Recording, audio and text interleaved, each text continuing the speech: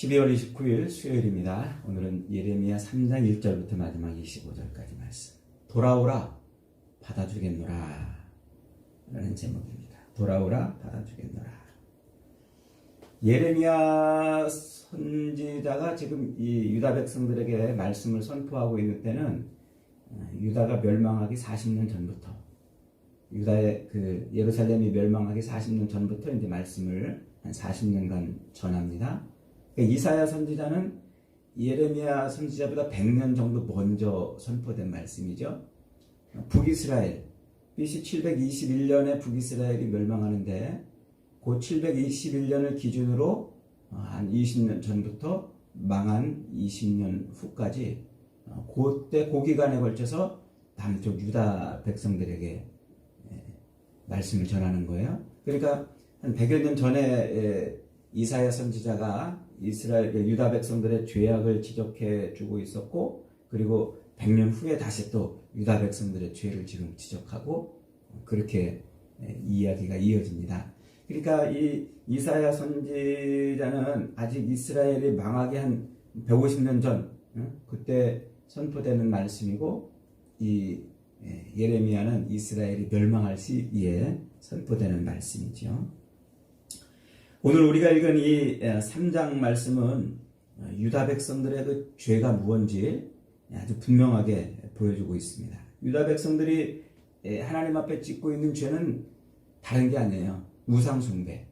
하나님이 아닌 다른 것을 하나님처럼 섬기는 그것을 뭐에다 지금 비유하고 있냐면, 간음하는, 행음하는, 결혼한 여자가 바람나가지고 다른 남편을 만나는 그런 모습으로 지금 비유를 해서 설명을 해주고 있습니다.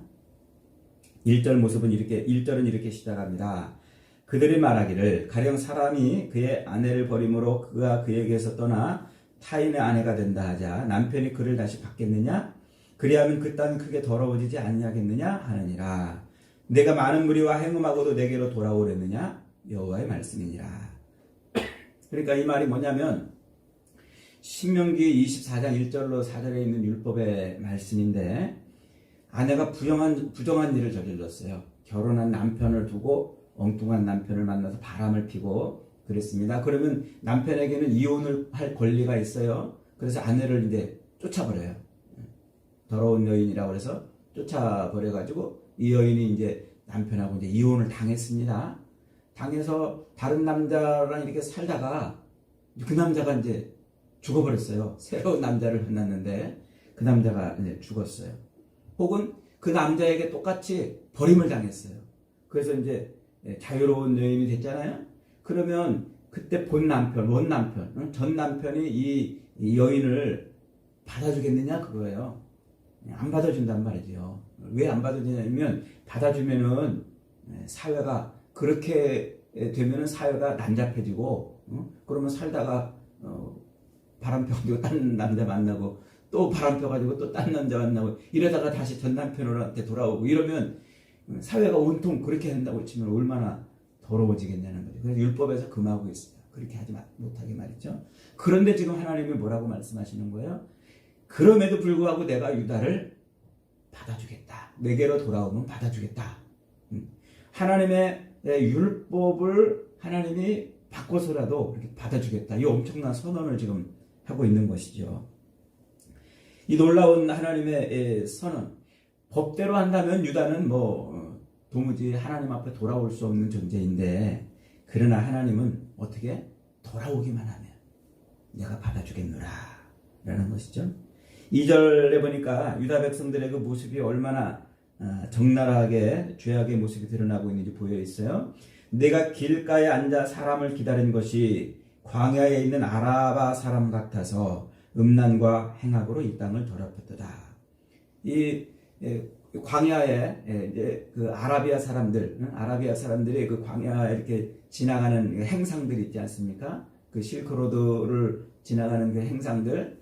그러니까 그 장사하는 사람들이 지나가는 사람들을 보면은 기다리는 거예요. 왜? 자기 물건을 팔으려고요. 그러니까 그 광야에 사람도 잘 안 다니는데 어쩌다가 사람의 무리들이 한 번씩 지나가면은 기다리던 그 아라비아 상인들은 얼마나 막 기대감이 됩니까?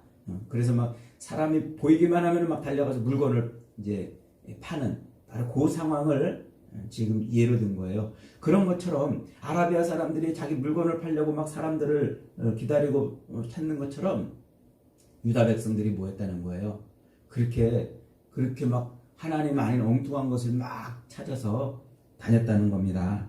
아주 간절한 마음으로 정말 아주 열심으로 그렇게 우상을 숭배했다는 것이죠. 그 결과 3절에 단비가 그쳤고 늦은 비가 없어졌다. 그러니까 그 결과 그들의 땅이 황폐해진 거예요. 살기가 어렵게 된 것이죠. 그런 고통을 당하는데도 지금 유다가 어떻게 하고 있다고요? 뻔뻔해요. 아주 낯짝이 두꺼워가지고 창녀가 그 더러운 음란한 짓을 하면서 먹고 살면서 사람들 앞에서 뻔뻔스럽게 그렇게 사는 것처럼 유다가 지금 하나님 아닌 우상을 그렇게 찾아다니면서 뻔뻔하게 하나님 앞에 뻔뻔하게 있다는 거예요. 그러면서 아주 더 뻔뻔한 것은 뭐냐면 4절로 5절에 보니까 이렇게 표현하고 있습니다. 네가 이제부터는 내게 부르짖기를 나의 아버지여, 아버지는 나의 청년 시절의 보호자이시오니, 이렇게 말하고 있어요. 그러니까 이 청년 시절의 보호자라고 이렇게 지금 표현하고 있는데 어릴 적 동무, 소꿉친구, 아주 친한 친구, 남자들 말로 뭐 불알 친구라 이렇게 말하죠. 그냥 그 서로 있는 거 없는 거 다 내보여준 그런 친구. 그러니까 지금 이 뻔뻔한 이 유다 백성들이 하나님 아닌 엉뚱한 것을 신처럼 섬기고 우상을 섬기면서 그러면서 그런 이 유다 백성들이 뻔뻔하게 하나님 앞으로 가끔씩 와가지고 뭐라고 하냐면 하나님이 나랑 어릴 때 친구인데 소식적 친구인데 나를 버리겠어? 이런다는 거예요. 지금 가끔씩 하나님 앞에 와가지고 하나님 내가 하나님하고 이렇게 어릴 적 친구인데 나를 버리겠어? 이런다는 거예요. 이게 얼마나 그게 뻔뻔하냔 말이죠. 오늘날 우리 성도들이 자기 삶에서 하나님과 상관없이 하나님을 자기 삶에서 몰아내고 하나님 아닌 엉뚱한 것을 의지하며 살면서 하나님은 나를 사랑하시니까 나를 버리지 않을 거야, 이렇게 생각하는 거랑 똑같다는 거예요. 지금 그러니까 정말 이제 기가 막힌 것이죠. 그런 처지에 있는, 그럼에도 불구하고 그런 뻔뻔하고 아주 가증스러운 모습을 보여줌에도 불구하고 하나님이 어떻게 하시겠다? 돌아오기만 하면 받아주겠다.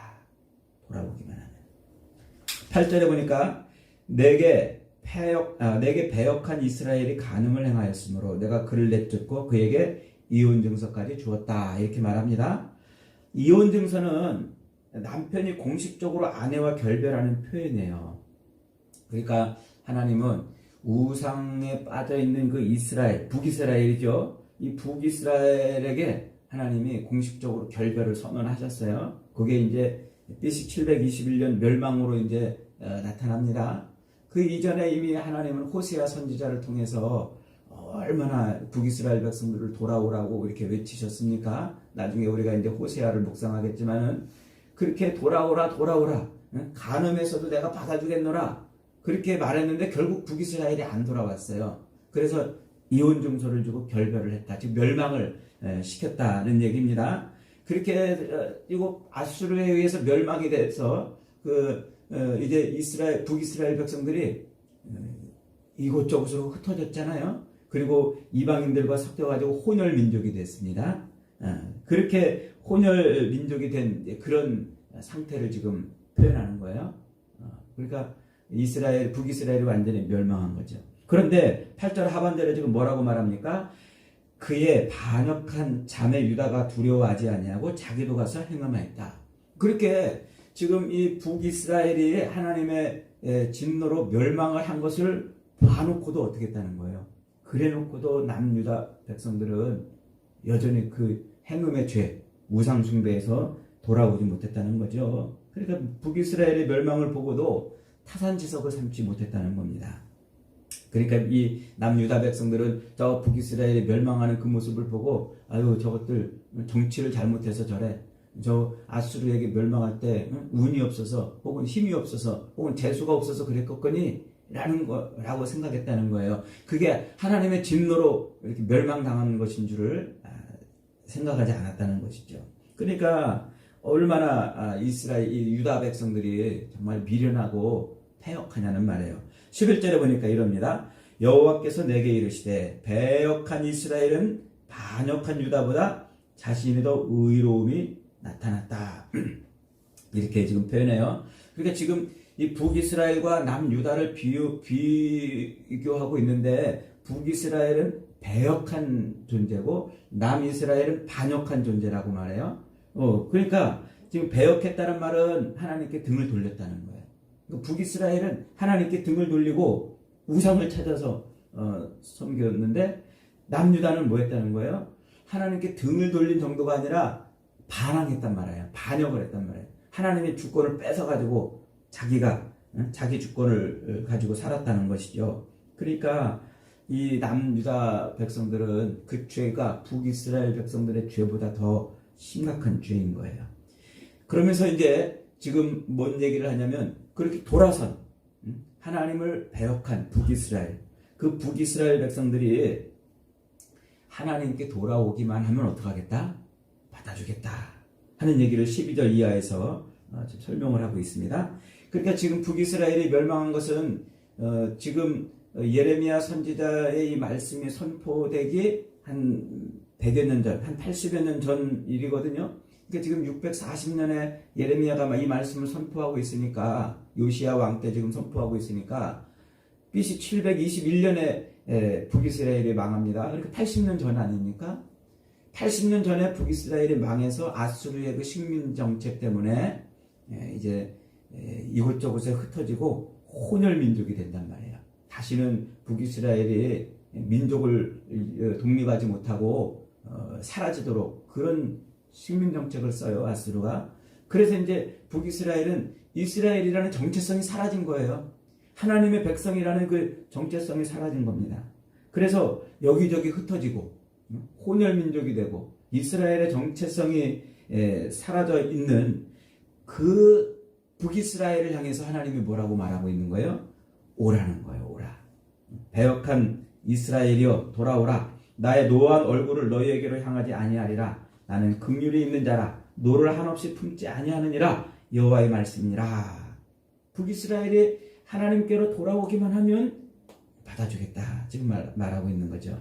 그러면서 13절에 너는 오직 너는 내 죄를 자복하라. 이렇게 촉구합니다. 회개하라는 말이죠. 하나님을 배반하고 푸른 나무 아래서 이방신에게 절하고 하나님의 목소리를 듣지 아니하였다고 그렇게 고백하고 회개하라 하는 것입니다. 그러면 하나님께서 돌아오게 하시겠다. 이 지금 북이스라엘, 멸망한 북이스라엘을 이미 100여 년 전에 멸망한 북이스라엘을 향해서 그렇게 외치라고 말씀하신 이 말씀은 두 가지 의미가 있어요. 하나는 하나님의 진노로 나라가 망해서 하나님의 자녀의 정체성마저 상실된 그 북이스라엘도 그렇게 내가 구원하겠거든, 내가 받아주겠거든 하물며 너희일까 보냐.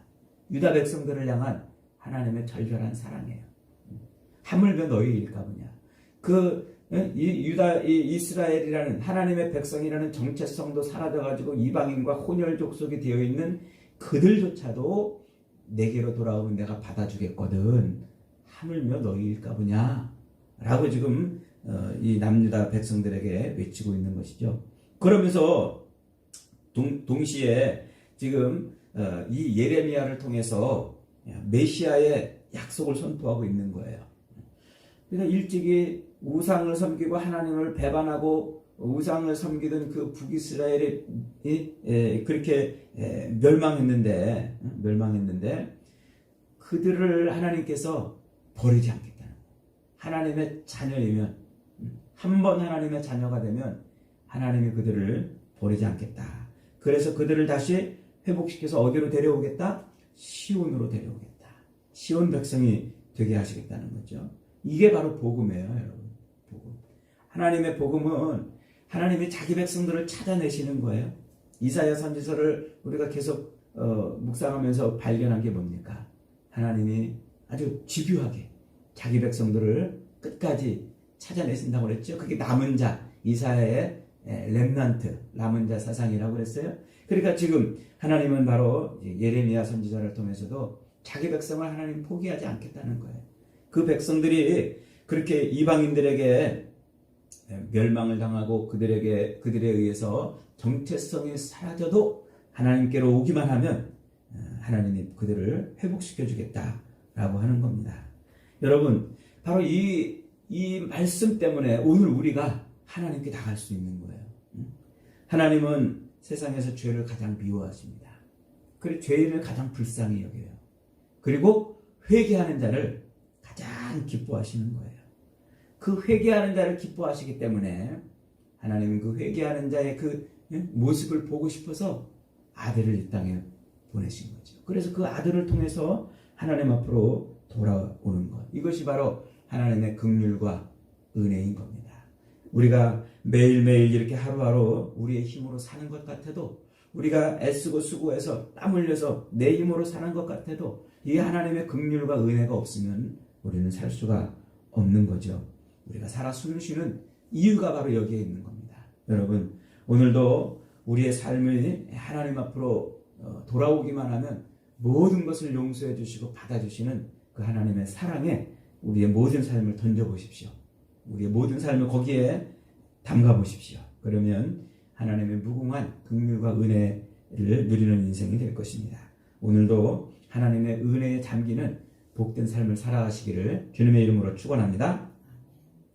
아멘.